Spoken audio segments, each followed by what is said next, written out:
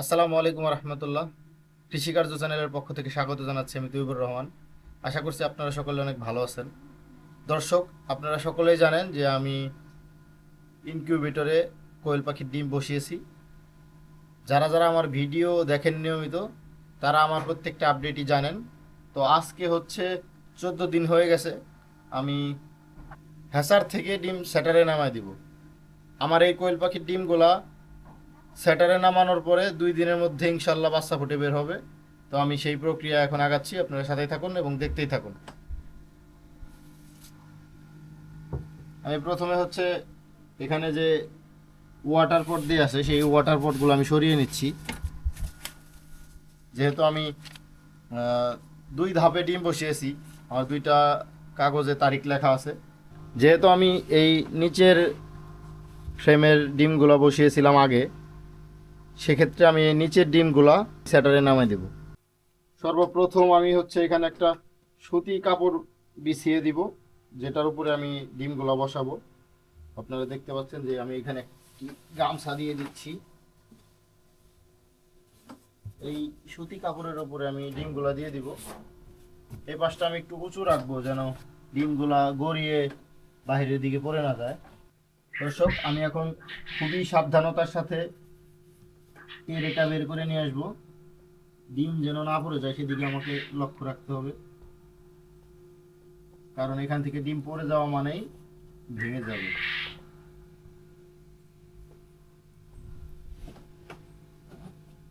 আপনারা দেখতে পাচ্ছেন আমি খুবই সাবধানতার সাথে ডিমগুলো নিচে নামিয়ে আনলাম। আরও একটি টেরে আছে, 2টি করে টেরে দেয়া, মোট 4টি টেরে। খুবই সাবধানতার সাথে আমাকে নামাতে হবে, আমি আসলে প্লেস পাচ্ছি না নামানোর। আলহামদুলিল্লাহ আমি খুবই সাবধানতার সাথে মোটামুটি নামিয়েছি। তারপরে যদি ভেঙে গিয়ে থাকে আসলে আমার কিছু করার নেই। আমি বিসমিল্লাহ বলে শুরু করতেছি ডিমগুলা বসিয়ে দেওয়ার। বিসমিল্লাহির রহমানির রহিম।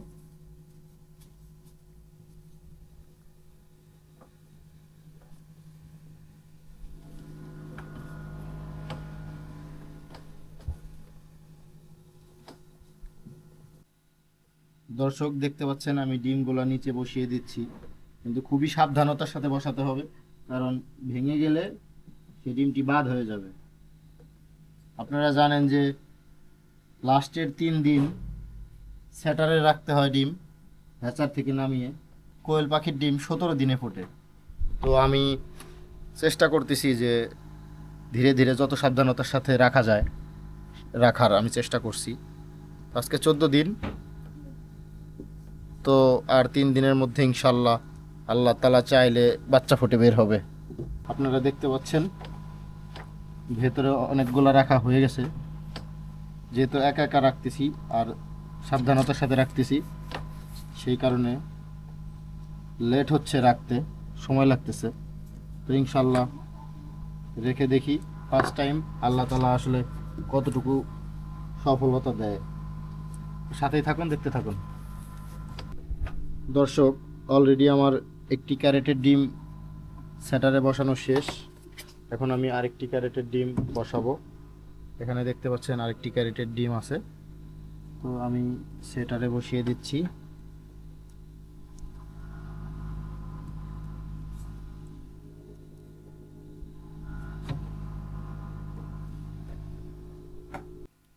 সুপ্রিয় দর্শক মণ্ডলী, আপনারা দেখতে পাচ্ছেন এখানে একটি ডিম ফেটে গিয়েছে।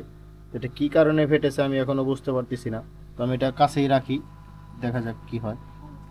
তবে আপনাদেরকে একটা জিনিস আমি বলি, সেটা হচ্ছে আমার এই ডিমগুলা অনেক হালকা হয়ে গেছে। ডিম হালকা হওয়ার কারণ কি আমাকে একটু কাইন্ডলি জানাবেন তো। ডিম কি বাচ্চা ফোটার আগে হালকা হয় নাকি? আর অল্প কিছু ডিম আছে, আপনারা দেখতে পাচ্ছেন প্রায় সবগুলাই নিচে বসানো হয়ে গেছে। এগুলা শেষ হলে তারপরে আমি আটকিয়ে দেবো ইনশাল্লাহ।